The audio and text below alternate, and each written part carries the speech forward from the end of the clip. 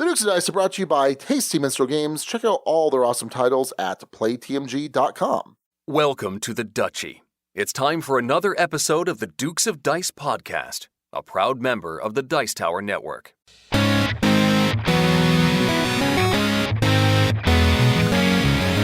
Coming to you from the Duchy in the Duke City, Albuquerque, New Mexico, it's the Dukes of Dice, a podcast about board, card, and occasionally role-playing games. Today, the Dukes are joined by Duke City local Nick. We review Anachrony from Mindclash Games.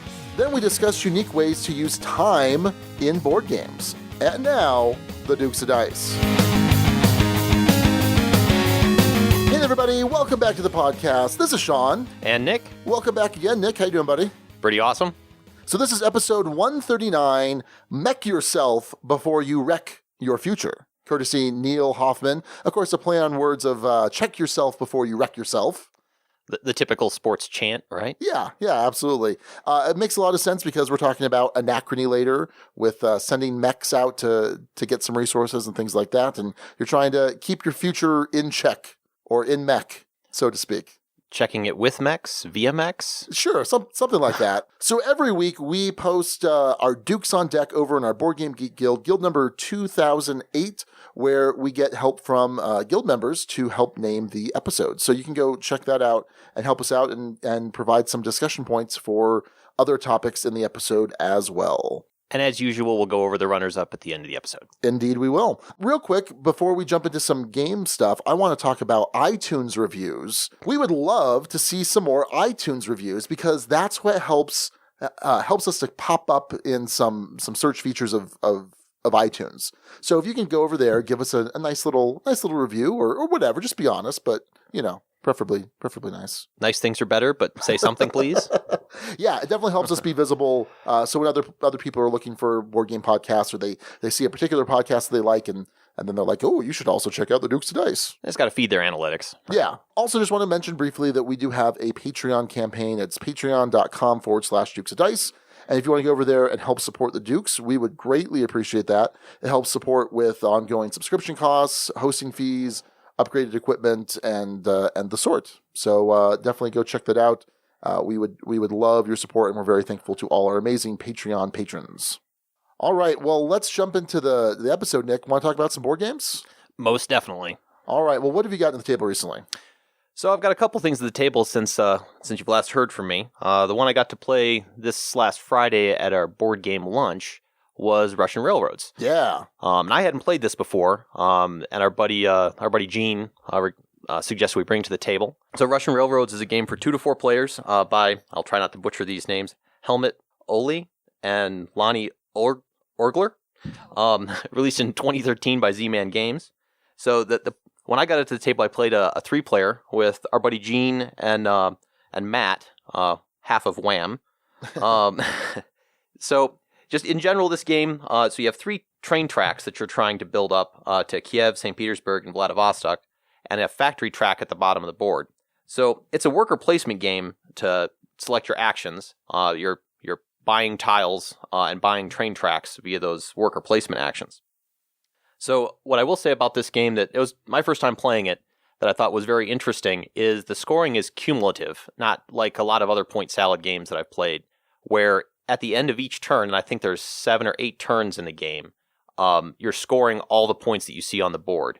So I think the end score that we ended up with, Gene had on the order of the high 300s, and the rest of us had order in the mid 200s, somewhere right around there. And that sounds like a big spread, but because you're scoring everything on the board every turn, it actually is kind of an exponential curve, right, for as the score is being tallied. So a spread of the score of 100 points, about a third of the overall score, may seem like a runaway leader problem, but because of the nature of the exponential scoring, it doesn't really dictate that the game was that far of a spread.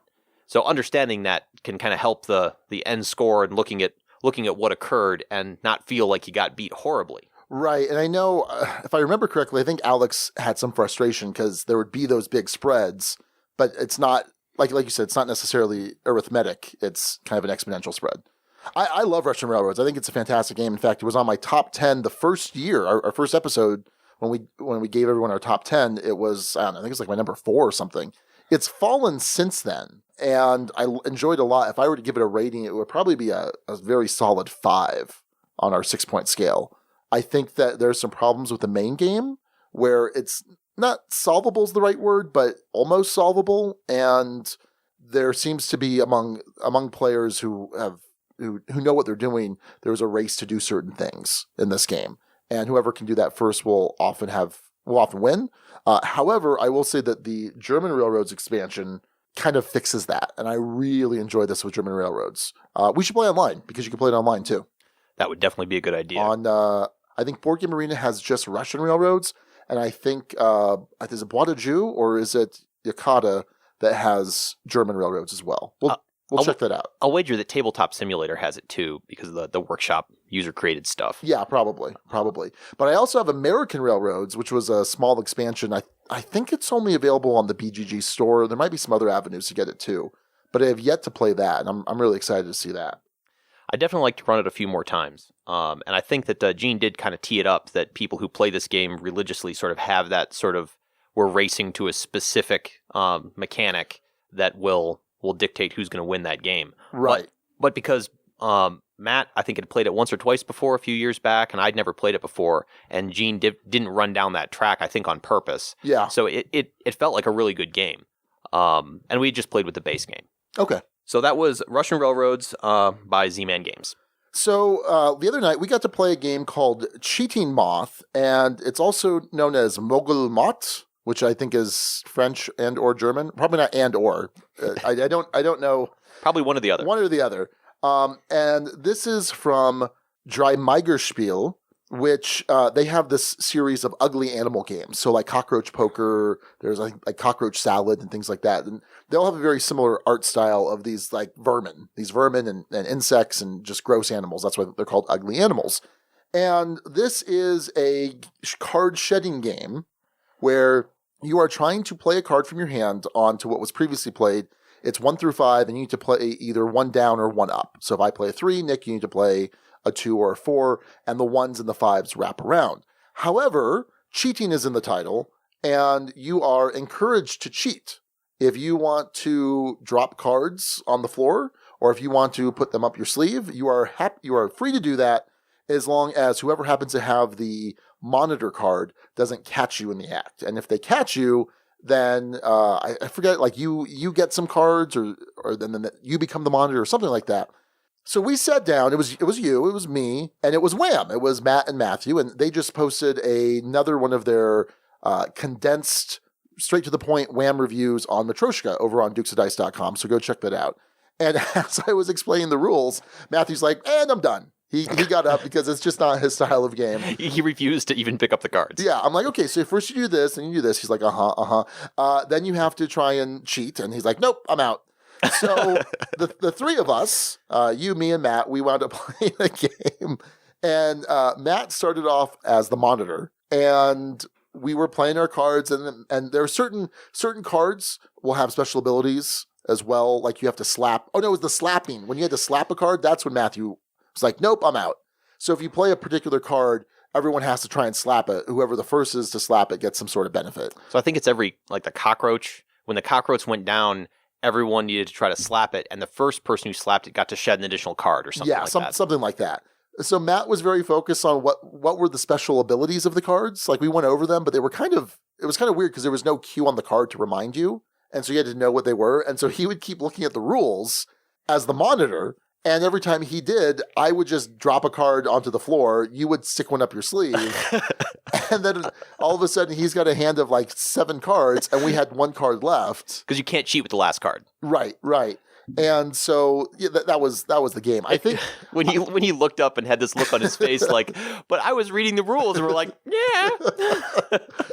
So this was a recommendation from Alex. Alex actually played this. He played. There's a French version of this. I think it's anyway. He's like, I think you would really like this, Sean. And I think he doesn't. This game was okay. Certainly, this is not a Wednesday night game. This is a game that I would maybe play in a drinking environment. With a larger group. Yeah,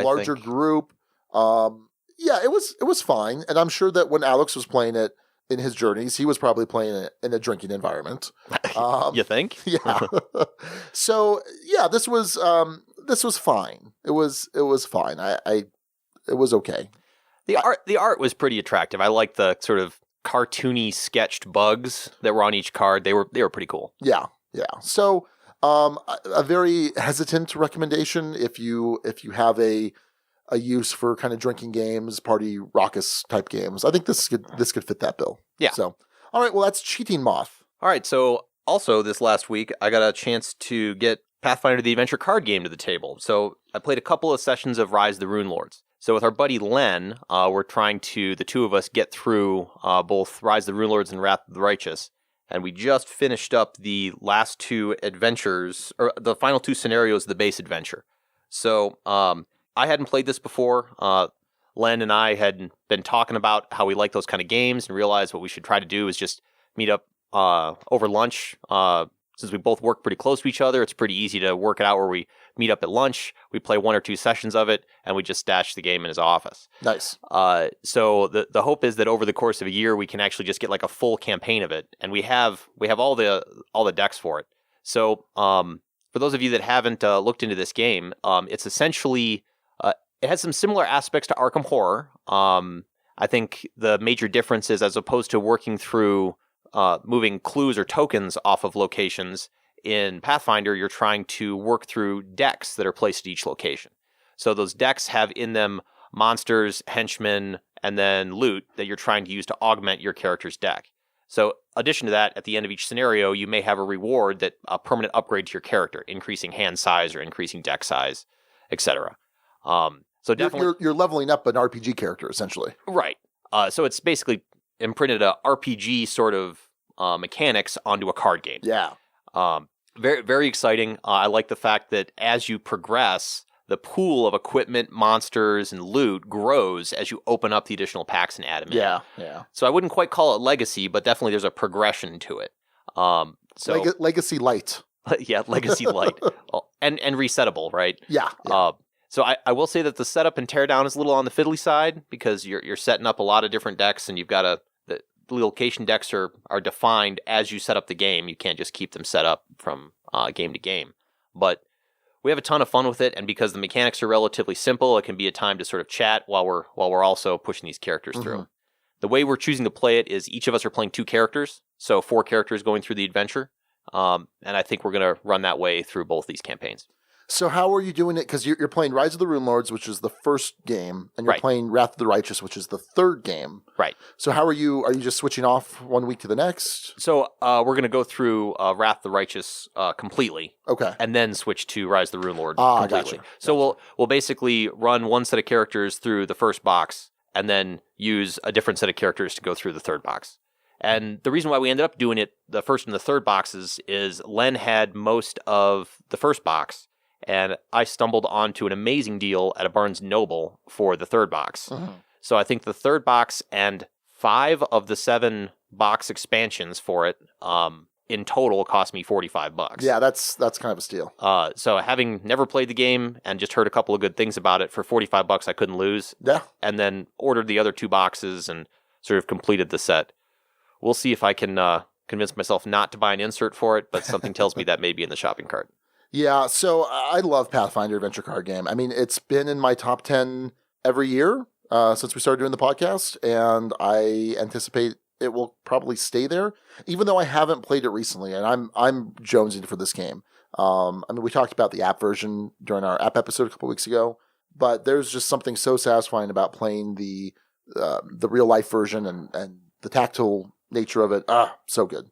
So I bugged you a couple of times about wanting to play it, but at the time you were trying to do a static campaign with Alex? Yeah, because I am a loyal friend, and it was my and Alex's thing, and that's that. And then he decided to play it with Matthew one time, so forget him. So that's why I hooked up with the campaign that Len and I are running. So anyway, that was Pathfinder the Adventure Card Game, Rise of the Runelords.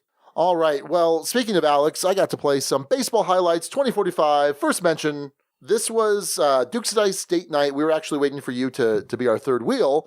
And Raquel and I were at Empire waiting for you to show up. And I said, you know what? You have not played Baseball Highlights 2045. I think that's weird. Let's give it a shot. And she said, okay. So we played it. And let me say, first, my expectation was for her to be like, that's fine. Like that's what I expected. She enjoyed it a lot more than I thought she would have. I mean, I think she was pretty into it by the end. And she's not a huge baseball fan. If she followed any sport, she likes football more than baseball. But she had enough baseball knowledge where some of the rules teach was fairly intuitive for her, and how to process the hits, the singles, the doubles, etc.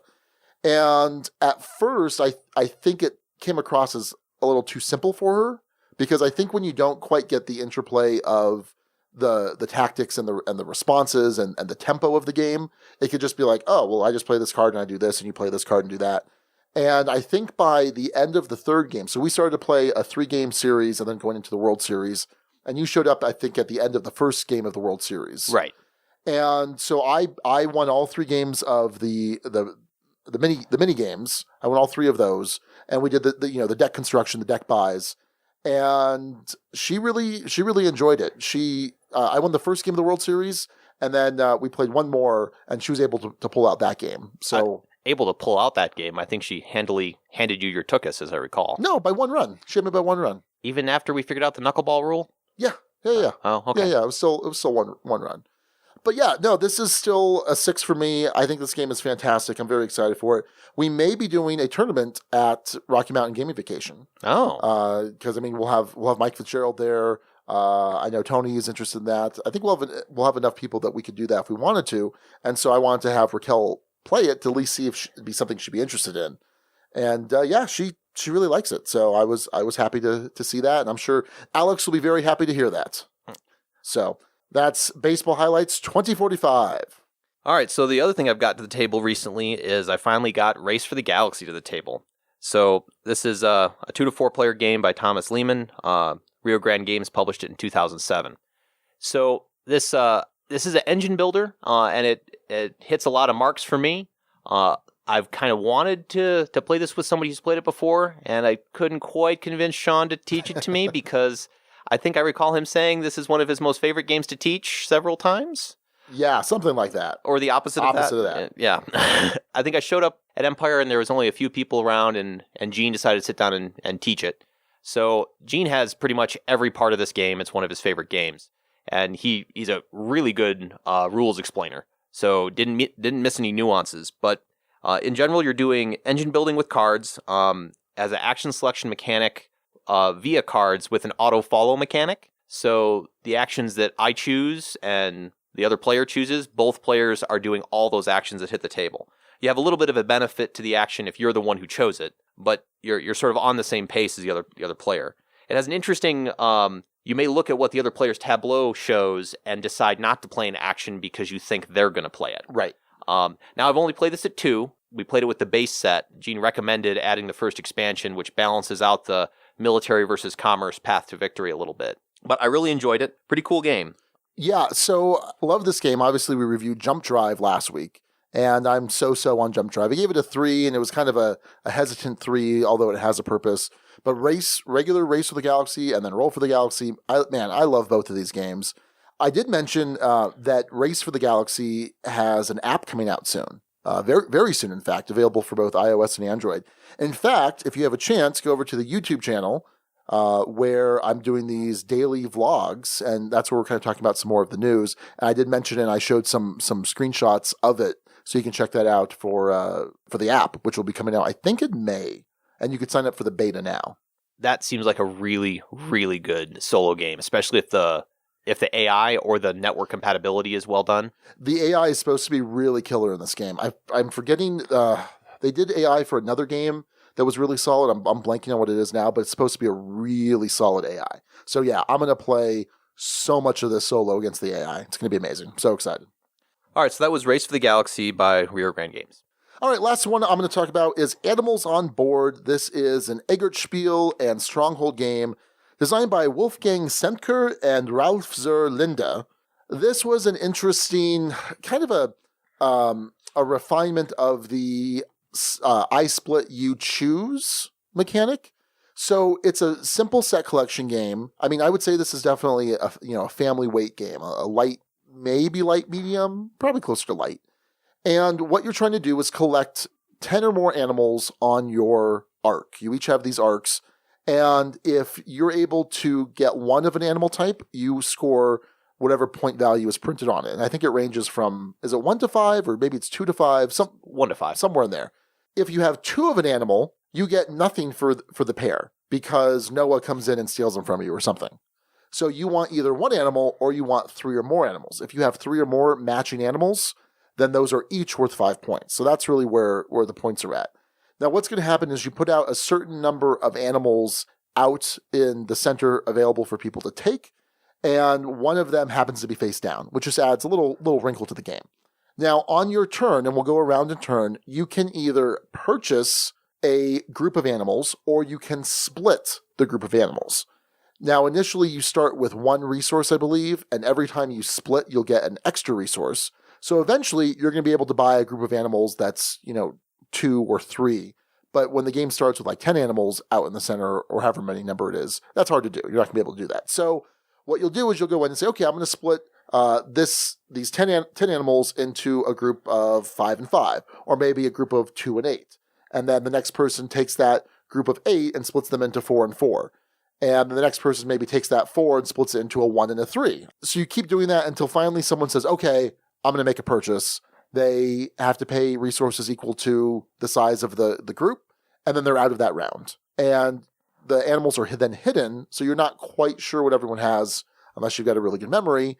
And you go through till everyone has 10 animals, till one person has 10 or more animals, and that triggers the game end. You add up points. Whoever has the most points is the winner. That's pretty much it. So the... Yeah, I thought this was pretty interesting. It was, for a family weight game, I liked it a lot. I'm not going to go rush out and buy it. I think I have other games in my collection that fulfill that weight and that role. But I think it was a very solid game. What do you think? Pretty interesting. For that type of game, I think the first thing that came to mind is if you can play a game like Rummy Cub, you can play this game. Sure. So I think it's definitely in that family weight. I don't think it's something I would find a place in my collection for, but just by the nature of the folks I would pull something off the shelf for. Yeah, but it would be something that if it was a light family game that wanted to sit down at Empire and learn a game, the teach is super quick and yet it has enough thinky elements that I think a gamer can enjoy it. Yeah, there were definitely some interesting decisions. I mean, sometimes you're trying to set up a division so that when it comes back to you, you're able to buy it, but then someone divides that division that you made, and there was enough to keep me entertained here. So I would definitely play this again under the right circumstances, and I think it's a worthwhile title to check out, especially if you have some younger gamers in the household. I mean, I could see Chewie enjoying this a lot when she's probably 5. Yeah. So, all right, well, that's Animals on Board.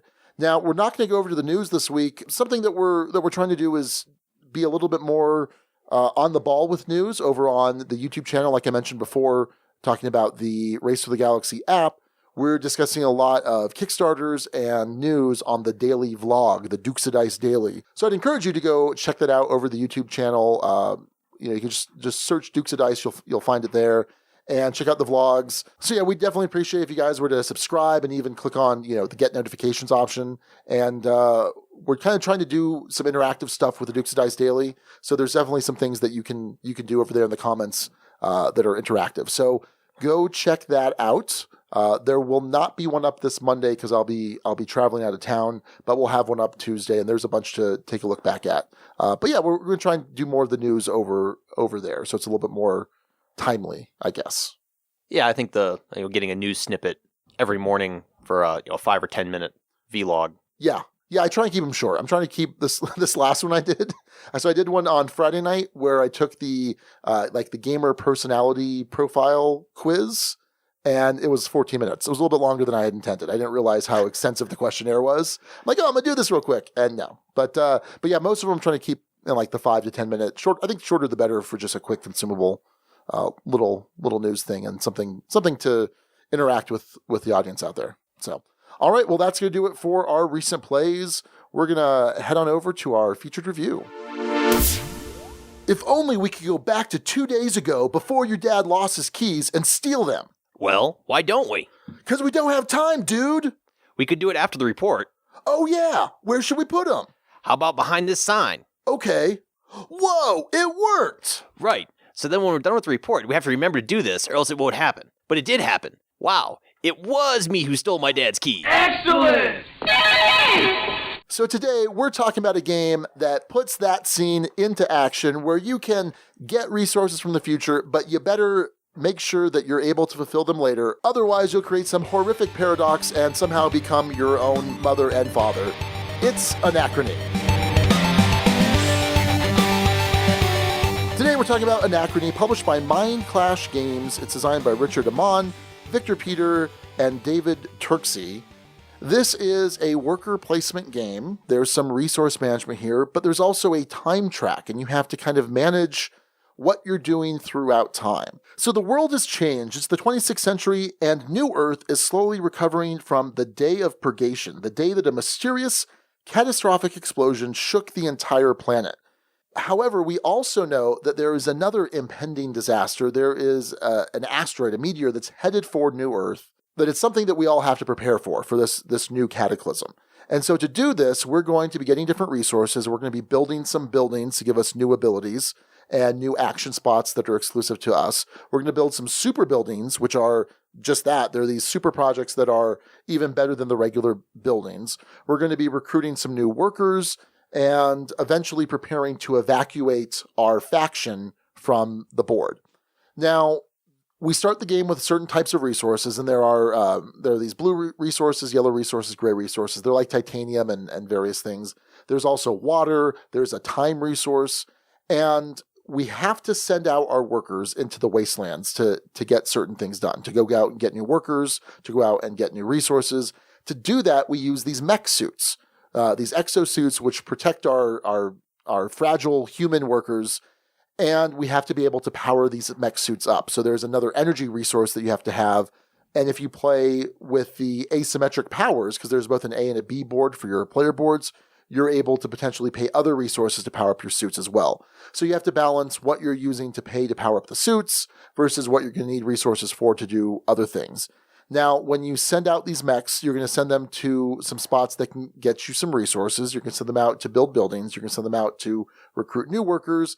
There's also these breakthroughs that you'll get, which are these types of chips, there's a military breakthrough, a genetic breakthrough, a microchip, the microchip one breakthrough, and they're either a circle, a square, or a triangle, and we'll kind of explain how those all interact with one another. There's also a spot where you can trade. There's a spot where you can get more water, but you also eventually will be able to purchase those buildings, which will go on your player board, which then you could potentially use to send workers to without exosuits, which is a nice ability because now you have extra things you can do without having to power up those mechs. Towards the end of the game, once the meteor is hit, you're going to be able to evacuate your people. Now, it doesn't remove you from the game, but it's going to score you some points. And in order to evacuate, you each have some sort of unique condition that you have to have met. So maybe you have to have a certain number of slots of buildings filled, or you have to have a certain amount of water. And once you're able to do that, you're going to go to the evacuation spot, which requires a mech. You score those points, and then there's some additional multipliers that can happen, where if you meet some other conditions, every time you're going to get 2 points or 3 points or 4 points or whatever. Additionally, once the meteor hits, the main action spots out on the main board are going to start crumbling. You're not going to be able to use them. So once I send a mech out, that particular spot is going to be gone, but there's some bonus that you get to use once you're there. This is a pretty heavy game, and there's a lot of intricacies. There's a lot of things that intermingle with one another. It's kind of hard to explain this in an audio format, but the gist of it is worker placement with a ton of resource management and trying to fulfill some set objectives that you start the game with some special abilities thrown in, with a bunch of special buildings, with a bunch of icons. There's an absolute ton going on here. So, Nick, what are your initial thoughts on Anachrony? So I'll start with my initial thought when I saw Matthew bring it into Empire, which was, wow, a pink box. then once you open up the box, we started looking through it. There's a ton of components in this game. Yes. So there's a bunch of other modules you can turn on and off that Sean didn't mention during the base rules explanation.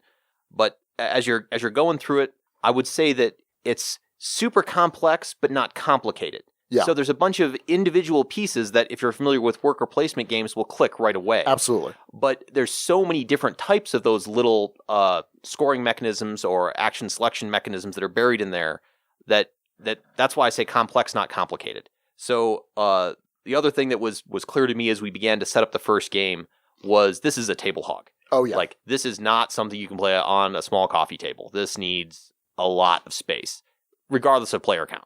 Just the boards that are out there in the common space and the amount of stacks of tiles and everything. This is a serious table hog. Yeah, and it's a bear to set up and a bear to break down. Right. I do know that Meeple Realty is working on an insert for it, and it's highly necessary for this game, I think. Definitely needed. This is a massive game, and there's a lot going on here, and there's a ton about this game that I enjoy. Things that we didn't talk about all of the rules. I mean, obviously, this is kind of a point salad game where you're trying to score the most points at the end, and there's a lot of different ways you can go about doing that. Certain buildings that you buy are going to be worth points. Obviously, the super buildings, the super projects are worth points as well. You're able to get points throughout the game if you have buildings that generate a point every time you activate them. Those can certainly add up. So there are a lot of different ways to do that. There's a lot of ways to tailor your particular faction through the buildings that you buy, through the special abilities that you have. There's a lot that reminds me of, a game like Kemet, where you're setting yourself apart from everyone else based on what tiles you're purchasing, what buildings you're creating. Yeah, you're building your point salad engine. Yeah. And so certainly that's something that I'm inclined to like quite a bit. I really enjoyed that. There were a couple things I felt were maybe a little too overcomplicated. Like, it was just like, there were a couple mechanics that I'm like, oh, that's kind of weird. That seems a little bit extra. And I'm not one to call a game overcomplicated for the sake of being overcomplicated. That's kind of an Alex criticism. But I felt that for my first play. There was certainly a lot that I was like, wow, this game is really good. But I also felt like, there's maybe an extra mechanic and a half in here that I think you could have gotten rid of. For example, those breakthroughs. In order to get those breakthroughs, you go to one of the 2 action spots, and then you roll 2 dice to see which breakthrough you get. Now, one of the dice you can just set. You can just say, okay, I definitely want a square breakthrough. And then you roll the other dice, which tells you what type of breakthrough it is. Or maybe I really want a military breakthrough, and then you roll the dice to see what shape it is. Now, you need these to pay for certain projects, the super projects, but you also can score points on them at the end of the game. From set collecting. From set collecting them, right. So each one's worth a point, but if you have a circle, square, and triangle, that's worth an additional 3 points. So potentially 6 points there. So that's some solid points. And the rolling was kind of weird, and it just seemed like an extra resource. So you already have 3 different colored resources, the yellow, blue, and gray, plus the purple time resource, plus water, plus energy, and now you need very specific types of breakthroughs for certain things. It just seemed like a lot. And I wonder why, because when you look at a game like Le Havre, which has like 15 different resources, at least in Le Havre, you're kind of maybe only focusing on a third of those resources, whereas in Anachrony, you kind of need to be focusing on all of them for the most part. So I will say that there are some ways, I know via one of the endgame tiles and one of the factions, that you can actually set both of those dies. So you don't have to roll at all. Right. So then that would encourage that player to take that path to victory of, now I can define, I want the triangle DNA breakthrough because I need to use that to purchase this super building. Right. So although and mind you, you're talking about an extra mechanic and a half in the base game, and there are other mechanic add-ons that can be put even in the base game box, much less the Kickstarter exclusives. So there's a lot of mechanics on the table for this. A mechanic I'll tee up that I don't think we've mentioned yet is the time track itself. So you essentially have the ability to borrow from yourself, and we're doing this via concealed information of how much we want to borrow from ourselves, and then we reveal simultaneously. And he who borrows the most is the one at risk for having time paradoxes.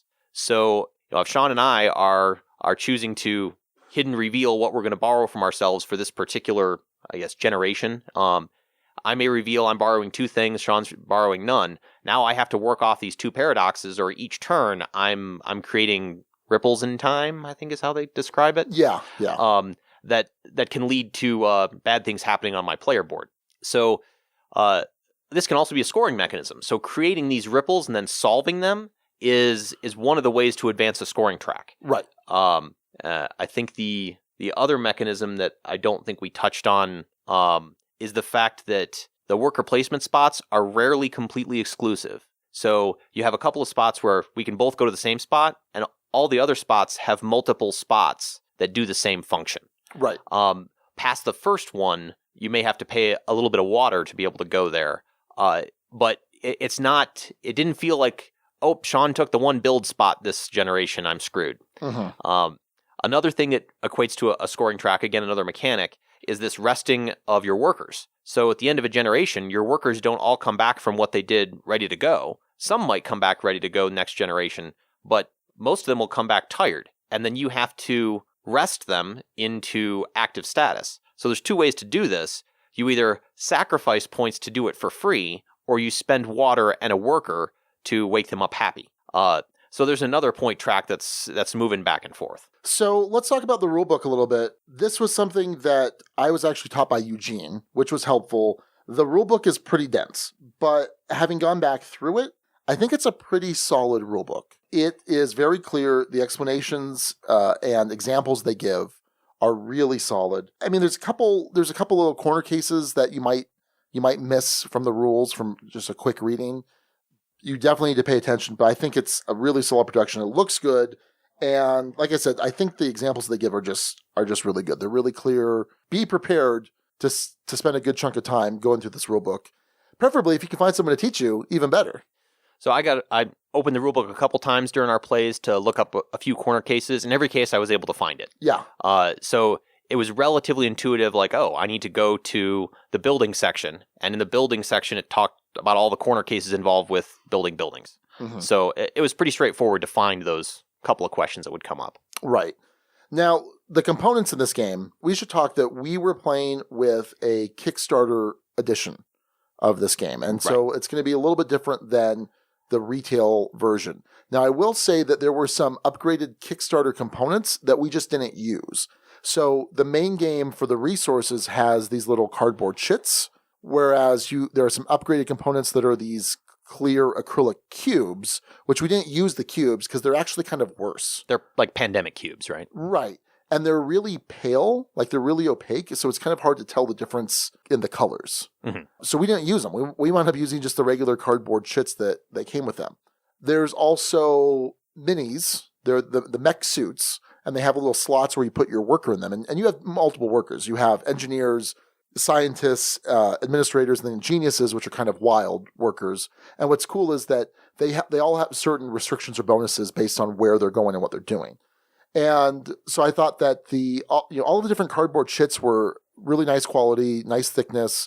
Being able to put the worker in the mech was pretty cool. You never played with the actual mechs, though. No, they were out at the painter when I played my games. So I'm told that Max did a stellar job on them. I just haven't got a chance to see them in person yet. So I've gotten to play with the mechs. I've also gotten to play with the mech chits. And it's interesting to compare the two because with the actual mech minis, you are able to more easily distinguish who owns what on the board. What's been placed out on the board, mm-hmm. Especially during the recall, when you're recalling all of your workers and mech suits back, it's a little bit easier. It's a little bit less fiddly because so essentially what you're doing with the mech chits is you set the chit out on the action spot with one of your workers on top of it, and it's kind of fiddly to pick them both up.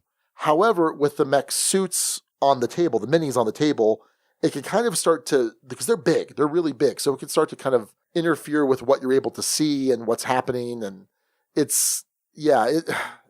I would definitely prefer playing with the minis, although that's not without its problem because they are so big. Okay. So, but overall, I think the art is really solid in this game. I think that the overall component quality is excellent here. I mean, you are definitely getting your money's worth from a component standpoint. So one of the things I thought was really cool about the art was the art for the mechs for the individual factions is all different. And that those designs of those mechs was really cool to me. Yeah. I mean, you said about the thickness of the cardboard chits. I will say that the water counters that we used, I think those were the ones that come in the base box, right? Yeah, I think so. So they're little clear acrylic water droplets that aren't the easiest thing in the world to pick up and move. Yeah, that's true. Because they're kind of flat. But again, I'm picking at straws here. So I think the art and the presentation of that board is super cool, where you have this sort of collective tower that reminds me a little bit of Chronicles of Riddick. That's kind of displayed there. And then when the apocalypse happens and you flip it over, that thing has been struck by the asteroid, and the art's all different on the board now. So I thought that was a really cool way to sort of encapsulate all the art on the board. And there's also a bunch of cards. You use cards to randomize what resources are available each turn, what workers are available to recruit. There are cards for some endgame objectives. So, like, for example, whoever has the most water at the end of the game is going to score 3 points. Whoever has the most buildings is going to score 3 points. So, I mean, you reach into this box and you just keep pulling stuff out more and more. I mean, there's just so much stuff in here, and it's a little bit overwhelming. I've dreaded setting it up, and I've dreaded putting it away. The gameplay I've enjoyed, but everything before and after is kind of rough. And even the in-between rounds having to reset the board, it feels kind of like a feld, and that it's kind of fiddly having to just continually reset it every round. And related to that is teaching it is equally a big a lift. Yeah. Right? Because there's so many different things that you're beginning to pull out the box. Oh, we'll get to this later. Oh, all right, we'll talk about this. All right, we'll talk about this. Right. So I think on our last play, we specifically said, all right, you and I have both played it before. Let's run down the path. Yeah, number one, I wanted to play 2 players, and number 2, I didn't want to teach it again. Right. I wanted that 2-player experience, but again, I was just like, I don't have it in me to teach this game right now. So let's dive a little bit deeper then into the gameplay. And like you mentioned, something we didn't quite cover that much in the rules was the idea of this time track. So on one hand, the time track is the rounds, right? So we're in the first round. So we're on the first cardboard cutout of the time track. But you can build the super projects relative to what time you're in. So when we're on the first round, there is 1 available for us to build. When we go to the next round, you're only able to build that new super project for that round. Unless you go back in time. Yes, and so you need a yellow building, which can let you go back in time, but you're only able to go back in time a certain number of spaces, unless you have, depending on what time building you have. And now, if you go back in time, I'm now able to build this age 1 super project, but I'm not able to build that second round super project because I'm not there in time. I've gone back in time. And also when I'm going back in time, that's my opportunity to fix those warp tokens that we talked about. So when you send stuff back to you from the future, you're placing those warp tokens on the board. While I'm back there, I'm able to fix one of those. So if I've previously sent myself the titanium resource, I can now pay a titanium resource to fix that, to prevent that from potentially becoming some kind of anomaly. And you're not just preventing the anomaly, you're actually getting increase on a score track for fixing those time ripples. Yes. So I've heard some people say, oh, well, it's just kind of a loan system. And it is, in a sense. I mean, you're borrowing something to get paid back later. But because there's also an element of, in order to repay this loan, I have to go back to a specific point in time. That's really cool. Now, I will say that at the end of the game, you're able to pay back whatever's on the board. You don't actually have to travel back to do it. So that's kind of there as a failsafe, but you don't score points. You don't increase on that scoring track for doing that. But it's there as just kind of a safety valve, I guess. And in some cases, you may even just take the penalty for leaving stuff on the track if paying the resource is less than the point penalty. Right, and it's -2 points for leaving them on. And to kind of illustrate, in our experience, the gameplay, the final points have been somewhere in, 45 to 70. I think 60, 70 is a pretty solid score. Right. So 2 points, it can add up. I mean, if you've got like 4 or 5 of them on there, a lot of the games, we've either cleared them all, or there's been maybe 1, maybe 2. So yeah, the time travel is not just a thematic thing here. It really does a great job of incorporating that mechanically too. I'm borrowing from the future, and then I have to go back to that specific point in time to pay it back. I think it's really cool. To put Dad's car keys where we can find them. Exactly. So one of the other cool things is that you have a bunch of different asymmetric powers, right? So you have these different factions. The different faction boards are all a little bit different. So, for example, there's one faction that has an extra spot for anomalies. So basically, every round, if you have the most warp tokens on each spot in time, you're going to have to roll a dice, which is going to give you 0, 1, or 2 anomalies. So most players can hold 3 paradoxes before it gives you a negative building called an anomaly. There's one faction that has 4 spots. There's one faction that lets you spend water to power mechs. There's some factions that let you spend resources to power mechs. Now, if you want, you could all have an asynchronous board, or if you want, you can all have just an identical board. That's the A side, but the B side kind of, again, has these different varieties. In addition, you can choose which of your evacuation conditions you want. There are 2 per faction. So it's going to determine kind of how you're going to play the game, which resources, which buildings you're going to prioritize based on how it's going to score points once you evacuate. And then you have 2 leaders to choose from, which can give you some different special abilities.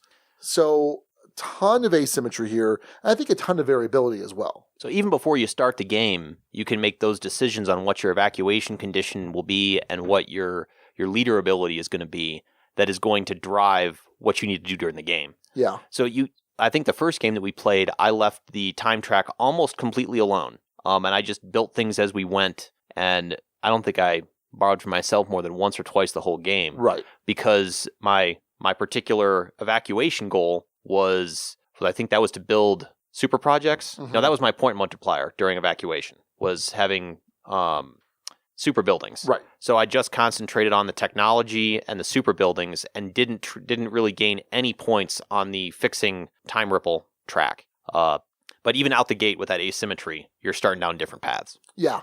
And I think that's cool. I like that.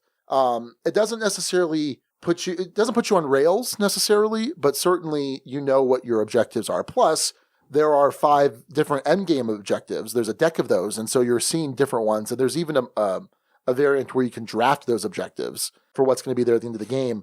And so you've got to play towards those too. In fact, I had one game where I kind of didn't even pay any attention to them, and you wound up scoring all of that. Yes. In that 2-player game. Yeah. Yeah, that was pretty brutal. Yeah, those endgame objectives, I think there's 4 or 5 that are out there? 5. And I think that particular game, I got them all. Yeah.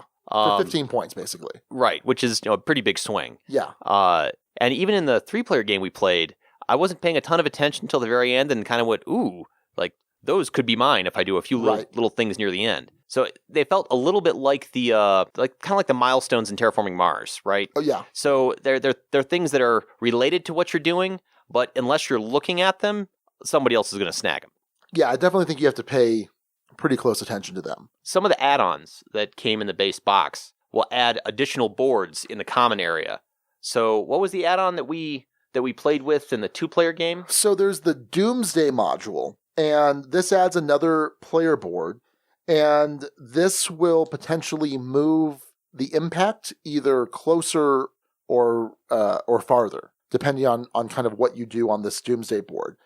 In addition, it gives you something else to do when you go back in time. There are these experiment cards, and you can only do these experiments when you're in that spot in time, kind of like the super projects. So they usually require you to have something, either some type of breakthrough. You don't have to pay them, but then there's also something you do have to pay, usually a resource or water or something like that. And when you solve that, or when you conduct that experiment, you're going to get some points. There's also a Doomsday track, which is going to potentially score you some points, but also make it more likely or less likely, depending on which faction you are, whether or not you're going to be pushing off the impact of the meteor or bringing it closer. So it adds another sort of push-pull point track. Yeah, and like we talked about, I guess we didn't talk about, we talked about previously, but we kind of wanted something else to do when you go back in time, because in the base game, you can go back in time to build an unbuilt super project and or to clear one of any of your warp tiles that are there. Right. This gives you a third thing to do, which I think makes it a little bit more interesting. I think that because we played the Doomsday track in 2 players, it was less interesting. I think it's ideal at 4 because basically you have two factions that are pushing off the impact, and you have two factions that are trying to bring it closer. And we were both playing the factions that were trying to bring it closer, I think. Closer. Yeah. So the other rub about this is as we push the track closer, the different factions have different point values for each push. Right. And based on who did the push, it's whether or not your side of that point track scores for you. So if the next push towards moving it closer would score me 2 points and Sean 0 points, if Sean pushes it, I don't score any points. If I push it, I score 2 points.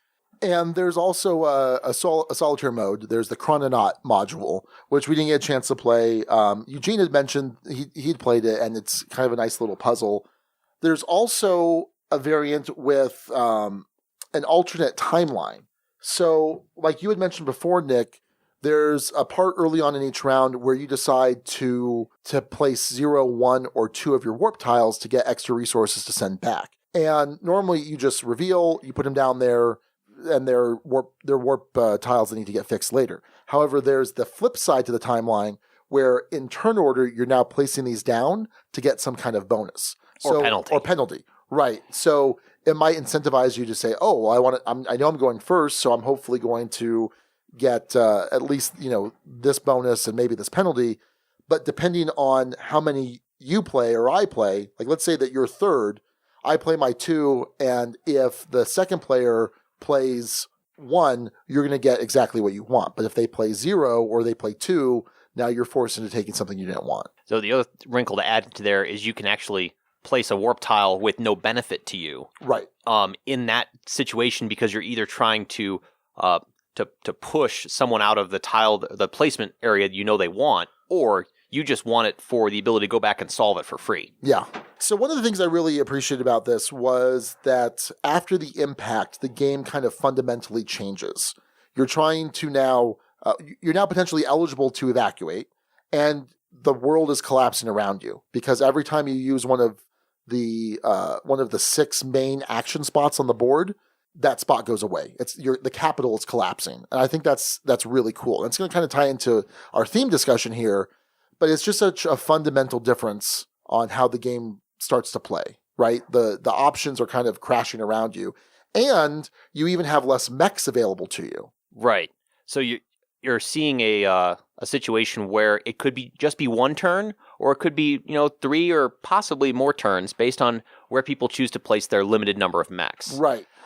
You also have this forcing function where if you don't do your evacuation condition, your chances of winning the point salad game at the end is very, very small. Oh, yeah, because you're scoring between like 10 and 20 points for evacuating, depending on how well you're setting it up. Right. And there's a nice little race element there, too, because if you're the last player to evacuate, you're actually it's worth 3 points less. So you may say, okay, well, I don't care. I'm not going to evacuate first or second or early on, whatever, because I have some things I can do to increase the modifier. So even though I'm going to lose 3 points, maybe I'll gain 6 points by waiting, and I'll net 3 in the process. Sure. So I just think it's really cool. I think it's interesting how you're building up this engine, and then all of a sudden everything's kind of stripped down because you have less mechs, you have less spots that you can go to. It's an interesting shift in dynamic, and it's a very thematic shift in dynamic, I think. So I had one of the games we played, the faction ability I had does not lose mechs after the apocalypse. Yeah. And I didn't necessarily value that terribly highly at the beginning of the game, but at the end, when I was able to essentially take a full-blown turn, it was pretty clutch. Yeah. So, but again, that was a shift in the gameplay, because in the first part, I wasn't ahead of mechs. In fact, it was harder for me, I think, to place mechs compared to the faction you had. But at the end, when I had this aperture opened up, all of a sudden the balance shifted. Yeah, and I think it's something that you have to be aware of and prepare for. There was one game, so one of the factions also has even fewer mechs after the impact happens than the other factions have.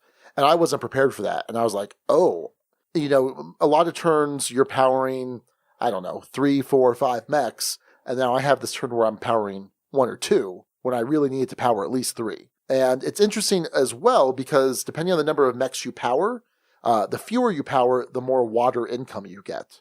And so that's an interesting dynamic too. So the more mechs you have, the less water that you're going to have. And water is it's kind of like the general currency of the game. I mean, to talk about this verbally, we could be teeing up these mechanics one after the other of the, oh yeah, there's this, oh yeah, there's this. And they're all individually are very simple, but it's like, as we keep talking, it's like, oh yeah, we haven't talked about this or this or this or this. Right.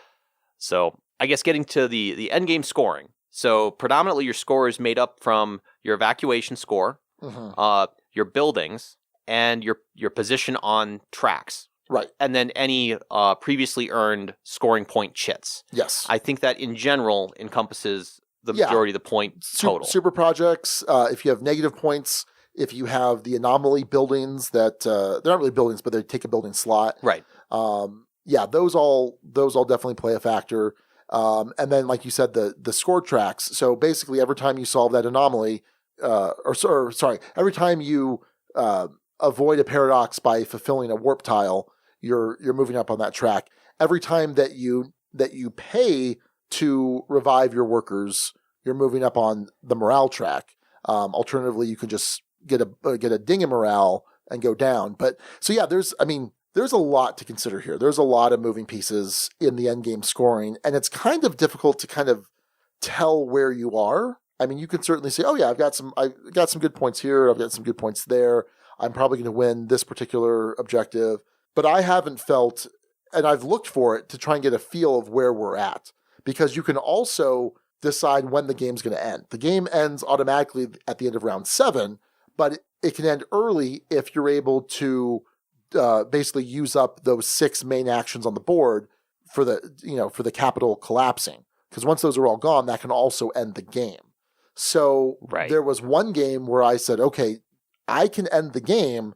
Will it benefit me from doing so? And I couldn't quite tell. There's so much stuff on the board that it's difficult to do that math. Right. It really is. I mean, you could, if you absolutely wanted to, because there's no hidden information, you could sit down and math out everyone's score. I mean, we play with some people who are good at games that could do that for this game. That's just not me. Right. And I certainly don't want to do that, because then all of a sudden it comes down to, 10 minutes of adding up everyone's score. Do I end the game here? Oh, well, I'm winning, so yes, I'll end the game here. Right. And that's kind of unfortunate. But I do like the fact that there is some ability to control the end game there. Yeah, I think that's definitely a cool aspect. And it's based on whether or not you place mechs in those now crumbling spaces. Yeah. And then that Doomsday track, we didn't quite mention it, but we said we played with it, is if we were going the other direction in the track, you can actually prevent Doomsday completely. Right. And just play through 7 generations, which would change the game massively, right? Yeah. And that's just one of the add-ons.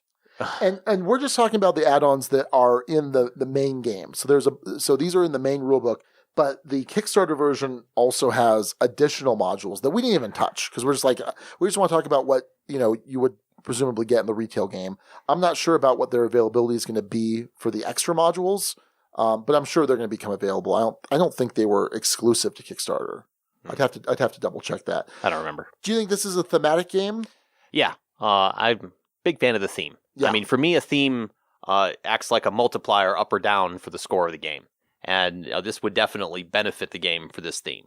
So I like the fact they painted the theme with very well done art. Yes. And all the mechanics, at least you can see the theme they came from. So the workers that have to go out in a mech, it's because they're exiting the biodome. The workers that can just go on a placement in a building, it's because you built it inside the enclosure. So, all those little ins and outs of the various mechanics all tie back to this theme of, a oppressive environment world where you can only do so many things. It just seemed to fit very well in the theme in my mind. If I were to score this game on theme alone, it would be a 6 out of 6. I think this is probably one of the best thematic Euros. I mean, when you're talking about the integration of theme into the mechanics, I think that this game is probably one of the best I've ever played.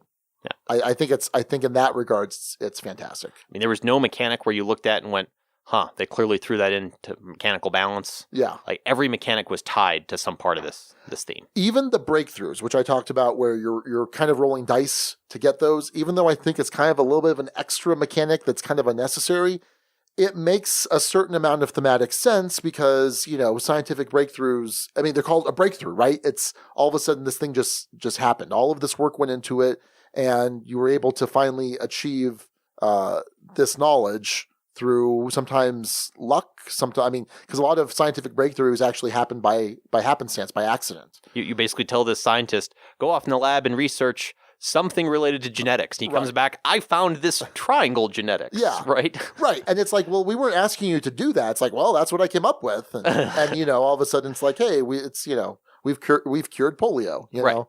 So yeah, this is an incredibly thematic game, I think. We've got a decent amount of thoughts over in the guild, so let's go check those out. Phil Hendrickson says, I've played Anachrony once. I treated it as a basic resource management game, almost completely ignored the time travel aspects, and won the game. To me, it just seemed like a sci-fi themed worker placement game with unnecessary complexities thrown in. Since I'm not a big sci-fi fan, the game didn't grab me. I can see how Stargate SG-1 fans would like it. And yeah, so myself being a big sci-fi fan, the theme, it grabs me. It's just such a strong theme, but I'm kind of in agreement about the unnecessary complexities of the game. Even though, at its heart, everything's fairly simple, right? Anyway. All right, posted by John Giblin. I considered backing Anachrony when it was originally on Kickstarter. The gameplay seemed to be in my wheelhouse, and Tricarion had gotten a very favorable reception. But at the end, it just seemed to be too much of everything, too fiddly. I decided I could do without it. Hopefully I can at least play it at some point, but it was a close pass from being in my collection. And that's what we've touched on, is that there's a lot of individual mechanics that just sort of make the overall game a little complex. Daniel Newman says, I backed Anachrony. I've played it once. I liked it. I don't ever want to take it anywhere, though, as it's a monster. Also, there's a lot being said about its unique time travel mechanic, but isn't it just a convoluted loan system? My verdict? Fine game, overproduced but pretty. Ultimately nothing too phenomenal, but that's only after one play and only the base game, so I'm fairly eager to explore more of what's in the box. And I kind of addressed the loan system, and I agree it is a loan system, but because there's that time that you have to be in a specific spot to pay back a particular loan. Maybe you can do that in like a spatial way, like a medieval banking game where, I have to be in this particular city to pay back this loan because there's not a networked banking system, kind of like the Knights Templars did, which is referencing a conversation we had off air before we started this. All right. So Megan Naxer posted, I'll echo what many others have said already about Anachrony, an overly complicated, somewhat convoluted point salad worker placement game. I'd play it again with a few caveats. 1. I hated the Kickstarter bling on this game. Translucent cubes are horrendous, and I couldn't tell at a glance the difference between colors. Cardboard chits for the win. Yep. That's exactly what we said. Number 2. I hated the Kickstarter bling on this game. This repetition is intentional. Yeah, the mechs look cool until I can't see half the board because the mechs are so big that I can't tell which locations have been taken and which ones are still available. Cardboard chits for the win. I will give that a half-hearted, yeah. Gameplay-wise, I wasn't in love with that after my first play. It was fine. The theme was too convoluted, and I wish the time travel mechanic could be understood without having to grok the weird theme plot attached to the game. This convoluted story is what kept me from backing it in the first place. Would I play it again? Sure. Would I enjoy a second play? Probably, with cardboard chits. Would my rating improve over time? Maybe. Would I rather play something else? Yeah. 3 of 6. Game is okay, not exciting, would play in the right situation. And then her husband, Paul Naxter, says, I was able to give this a spin recently and came away with a mixed opinion. I enjoy worker placement, and this was no disappointment. I found the overall game mechanics to be solid and enjoyable. 2 issues nagged at me after playing. The theme story was a little dense, and I'm not a big fan of apocalyptic games. The components were also an issue. The miniatures made it difficult to see not only who was on the mech, but on which spot they occupied. Given that, I rated a weak 4. Maybe with a second play, using the regular cardboard workers and some of those extra modules, I can call this a solid 4. And I will say that because you're putting the workers into the mechs and they're standing vertically, they kind of have to be rotated in such a way that everyone can see them. If you're looking at them thin side on, it's kind of hard to see who's there. So yeah, I definitely agree there. And last from buddy Eugene Chavez, I have played Anachrony several times. I think what I like most is balancing your long-term goals with a rather ever-changing set of short-term circumstances.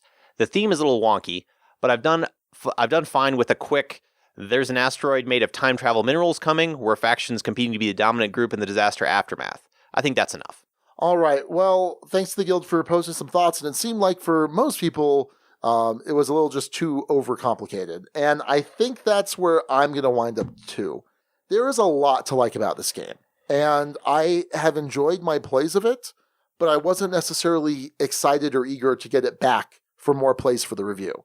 Part of that was I didn't want to set it up. It's so brutal to set up. Maybe if I had a Meeple Realty insert once it comes out, that would be different. And I should mention too that, this is not a game that I had. I played Eugene's copy. I played Matthew's copy. Matthew had offered the game to Max, who painted the minis first. Max declined. Max had played the game also. Max like, yeah, I don't think I want the game. And so then he offered it to me, and I'm like, I haven't given a final answer, but I don't think I want this game. I think I would be happy to play this game again at some point in the future. It's not something I'm going to think to bring out. It's just a little bit too overcomplicated. And that is a complaint I rarely level against a game. Like I said very early on, that's a little bit more of an Alex criticism of a game than what I'm typically gonna criticize. And I think I'm gonna settle on a 3. So we have a 6-point rating system here at the Dukes of Dice. 1 is poorly designed but playable, not necessarily fun. 6 is an all-time favorite that's a contender for the top 10. So for me, this is a 3. Game is okay, not exciting, will play in the right situation. Like I said, there's a ton to like about this game. The theme is spectacular for me. A huge sci-fi fan. I think it's just really solid. I think it's really engaging. I feel like it's really difficult for Euro games to be really immersive. And to me, this was a really immersive Euro. But just a little bit too fiddly, a little bit too overcomplicated. And it's going to be a 3. So I think for me, the theme multiplier made me give a little bit different rating. So I think that I would give it closer to a solid 4. And that's a good game, worth playing, just not all the time. Belongs in the Duchy. I don't think it's a game that I need to go out there and buy, but as long as there's one somewhere in our circle, I feel like for that particular mechanic, I could see myself wanting to go play time travel again. Sure. So I like the idea of it still being in the circle, but I can't see myself getting it to the table out of my collection, so therefore it wouldn't get rated higher. Okay. Fair enough. Well, that's going to do it for the Duke's review of Anachrony, a 3 from Sean, and a 4 from Nick. This week, we're talking about different uses of time in games, but first, a quick word about our sponsor.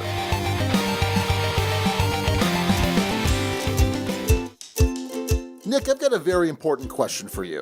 Shoot, Sean. Are you subscribing to Tasty Minstrel Games newsletter? Not yet, but something tells me I should be. Well, head on over to playtmg.com to sign up so you can get all the latest news and info about Tasty Minstrel Games. In their latest newsletter, they announced some awesome new games, either releasing this year or hitting Kickstarter this year. For one of my favorite designers, Hisashi Hayashi, TMG will be bringing us Okie Dokie.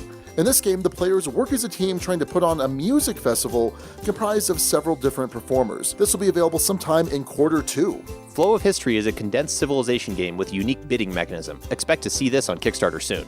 Finally, Downfall, designed by the same designer of Mystic Veil, will be hitting Kickstarter later this year.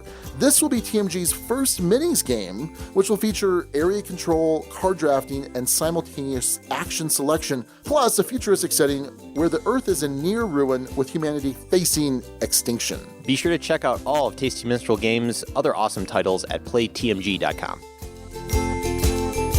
So this week, I'm wondering if I could have a moment of your time. I see what you did there. We want to talk about time in games that use time in an interesting way as a mechanic, as a resource, or whatever. And of course, this is prompted by our discussion of Anachrony, but another game that is a favorite of mine, one of my absolute favorites, is Tzolk'in the Mayan Calendar, where time is kind of a resource. It's a worker placement game where you're placing workers on these rotating gears, and the longer you leave them on these gears, the better the resource that they're able to, or the better the action that they're able to take once you finally decide to pull them off the gears.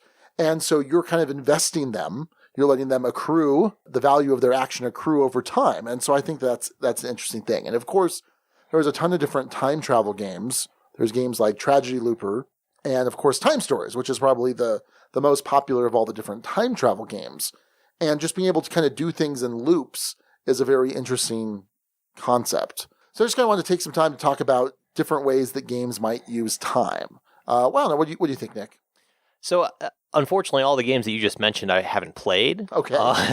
But I think it's a good time to have this discussion based on the fact that we just talked about Anachrony, which is definitely very heavily invested in that. So what came to mind when you mentioned this discussion topic was trying to do time travel in tabletop RPGs. So here's the occasionally role-playing games. Right, yes. So if I could take a couple minutes to talk about the last time I played a pencil and paper RPG that dealt with time travel. So this was a handful of years ago, run in the Alternity system, which is a TSR system that was out in 1998 era, one of TSR's last releases before they got gobbled up, in the Star Drive campaign setting. So this is a futuristic, feels a little bit like a combination of Android Netrunner and Battlestar Galactica kind of futuristic setting. It was a campaign run by a good buddy of mine, Ray. So one of the things that we did when we teed this up is we made sure we had the right group of players to make this work. So in the early parts of this campaign, which was probably about 12 or 15 sessions, we were interacting with sort of a DM or GM controlled version of our future selves as the past selves, essentially. So we were seeing things happen that, but my character didn't do that yet. Mm-hmm. Well, don't worry, he should, or he will. And it took the players working with the DM to make a really enjoyable experience. Because then near the end of the campaign, we sort of had to, much like we talked about in Anachrony, take the effort to make sure that we powered down that droid and buried him on the planet where we found him for ourselves. Right. Things like that. So it takes the players working with the DM to make a really enjoyable experience. I will say that Ray liked to title his sessions, much like we title the Duke's of Dice episodes. And I think the final one where the sort of the crescendo happened and we sealed the time rift or whatever it was, he entitled "Let's Do the Time Warp Again." So it was a really enjoyable experience, and I think it made for a really good bookended sort of season of tabletop gaming. But it does take involvement from the players to try to make it work. It can't. Right. It can't be the players fighting the DM at every turn. And so I did something similar. A couple months ago, Matthew's friend Justin was in town, and he ran a one-shot for us of Tremulous, which is a module based on the Apocalypse World storytelling system. And so Tremulous is a storytelling game of Lovecraftian horror. And it's kind of like Lovecraft sci-fi. And we were crewing the ship, and we basically ran into our ship. And we weren't sure if it was from a previous time, from a future, well, I guess from a future time, right? And so we boarded the ship, and we ran into ourselves. And basically they were warning us, don't do this or do this, and otherwise you're going to get caught in this time loop. And so it became really important to me, and I was kind of this crazy psychopath that wound up cutting off my future self's face. Oh no, I cut off my face to match your future self. To match my future self. All right. Yeah, and so basically, it was kind of an interesting thing of trying to fulfill the time loop in an interesting way. And so everyone we were playing with, and it was Raquel, it was Matthew, it was Jeremy, were all trying to break the time loop, and I took myself to try and fulfill the time loop.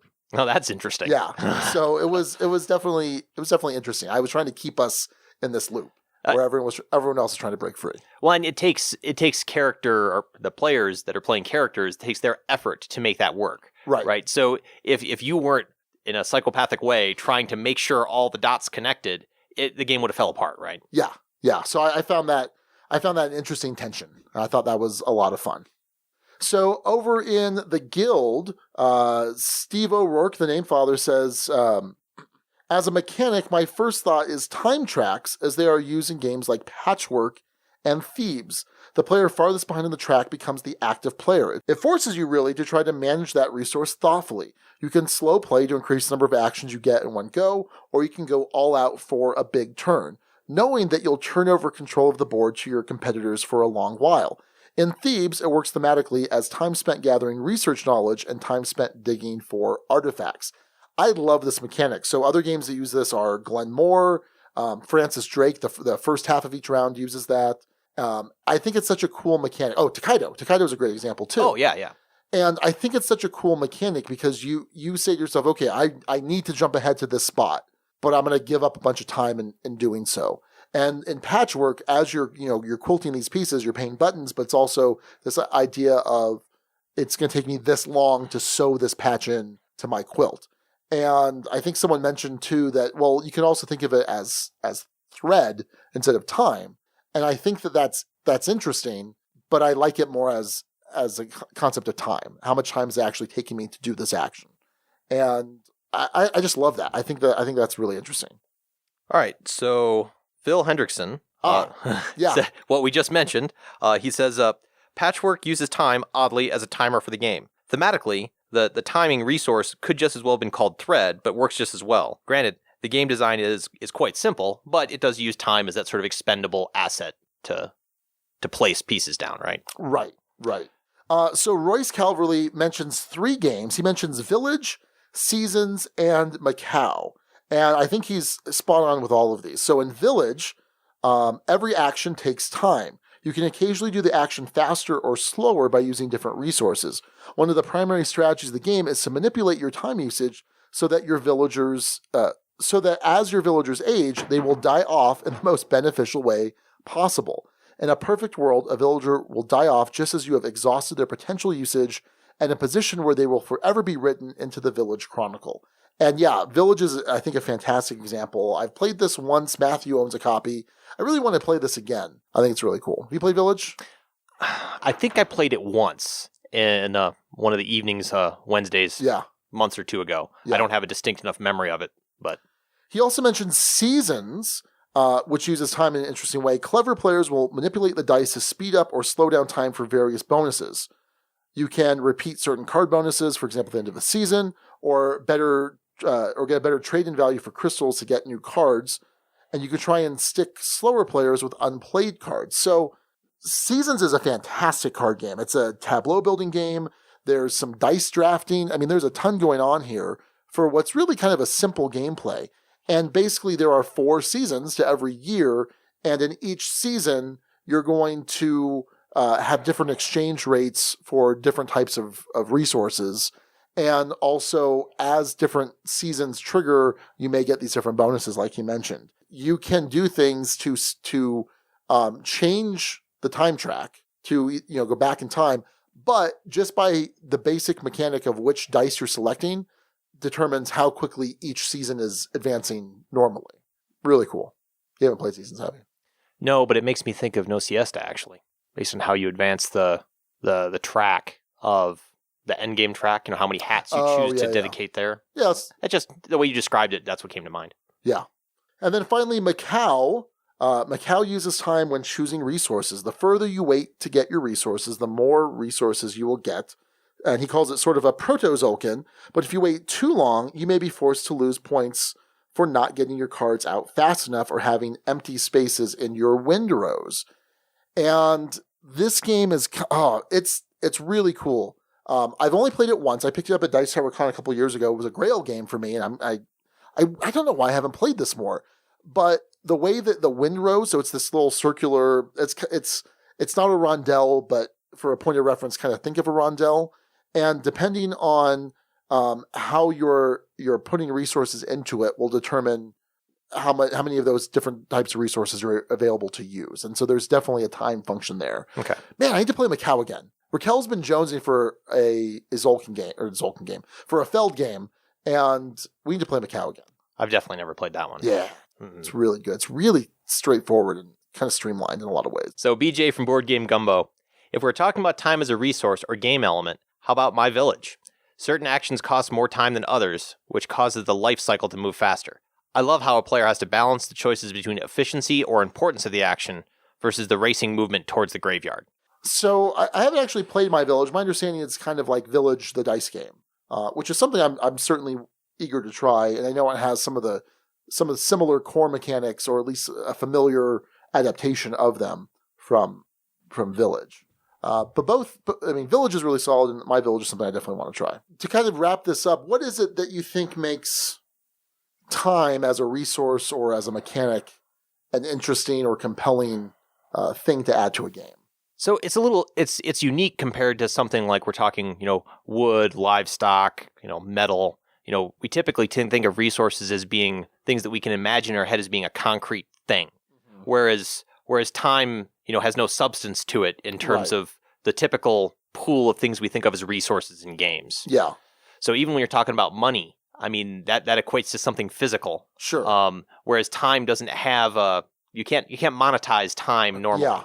So that's why it's, I think, kind of unique compared to other resource types. So I think in real life, when you're able to save time, when you're able to, like, you learn some new skill that can save you time, or you buy something that can save you time. For example, just, you buy a power sander. Instead of having to sand something by hand, that's going to take you, 45 minutes. Now you do it in 5-10 minutes. Right. That's cool. Or you're able to automate something that you used to have to go in and do by hand, some kind of computer program that helps you with that.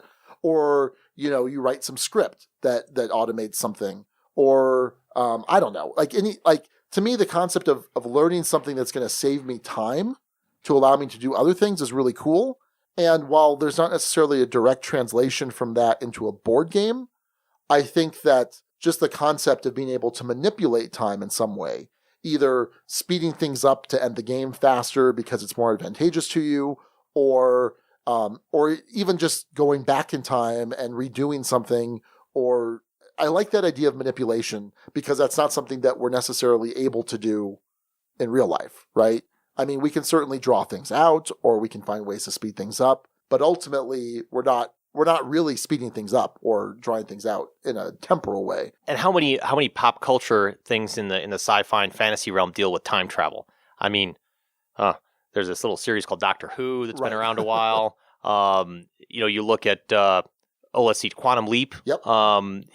All these sort of references in sci-fi and fantasy culture of time travel being the basis for a series or a series of novels or whatnot. Back to the Future, which is such a highly acclaimed movie. I mean, I've watched Back to the Future at least 40-50 times. I love that movie. So I'm hearing Huey Lewis play in my head. I'm not going to try to sing because that would embarrass myself. Yeah. But now I'm kind of humming to Huey Lewis in my head. So yeah, I think it's just an interesting conceit that we have, that the ability for us to manipulate time, I think, is something that we all kind of wish we had in some way, shape, or another. Oh man, I'm about to reference an Adam Sandler movie. Was it Click, where he has a remote control that he gets to fast forward through time, or slow down things that he likes, or fast forward through dull moments, and eventually he realizes that he's overused it. I feel really bad referencing an Adam Sandler movie now. I've seen an awful lot of movies. That one did not make the cut. Yeah, for me to see. Don't watch it. But yeah, so I thought it's an interesting thing to talk about, and certainly interested to see more games use time in an interesting way, like Anachrony, or like Time Stories, or like Zolkin. Yep, agreed. All right, well, that's going to do it for this episode. But before we wrap it up, let's go on over to the guild to see the rest of the runner-ups in the top 6 for naming the episode. First, Jimmy DM90 suggested Quantum Leap Year. And this is playing off the calendar theme of Zolkin and the time travel theme of everything else going on in the episode.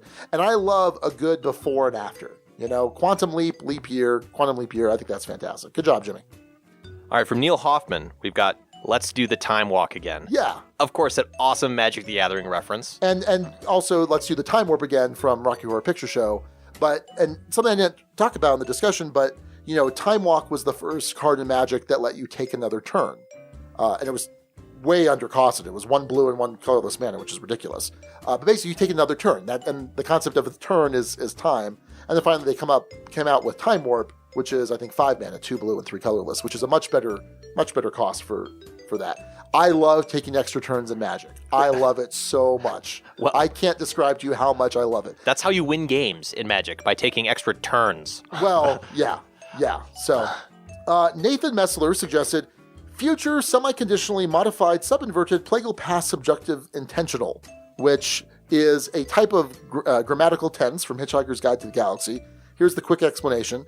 This is how you talk about something that was about to happen to you in the past before you avoided it by time jumping forward 2 days in order to avoid it. The event will be described differently according to whether you are talking about it from the standpoint of your own natural time, from a time in the further future, or a time in the further past, and is further complicated by the possibility of conducting conversations while you are actually traveling from one time to another with the intention of becoming your own mother or father, which is a reference to a Ray Bradbury short story. And from Tony McCree, time is on Mayan side. Yes. And this got a ton of thumbs up on the guild. It did, and kind of an assist from Royce Calverley, who was referencing the Rolling Stones song, Time Is On My Side. All right, and then finally, Eugene Chavez, his suggestion was Machine. Unexpectedly, I Invented a Time, which is a reference to Alan Moore's 6-word story, which is amusing. Machine, unexpectedly, I Invented a Time, because it's showing the jump in time there. Anyway. All right, well, thanks everyone for suggesting. There were actually a ton of great ones this week. We had a hard time paring it down. We did. There were a lot of other ones that we didn't unfortunately mention. So thanks everybody for your contributions there. All right, well, that's going to do it then for episode 139. Mech yourself before you wreck your future, thanks to Neil Hoffman. Good job, Neil. Until next time, this is Sean. And Nick. And Hail Hydra. Thank you so much for listening to The Dukes of Dice. Today's episode was recorded in the Duchy on April 15th, 2017. Our theme music is provided by Carbohydro M from his Prime Legacy album. The Dukes of Dice are a proud member of the Dice Tower Network. For other great board gaming podcasts, check out dicetowernetwork.com. And for all the ways in the Duchy, go to dukesofdice.com.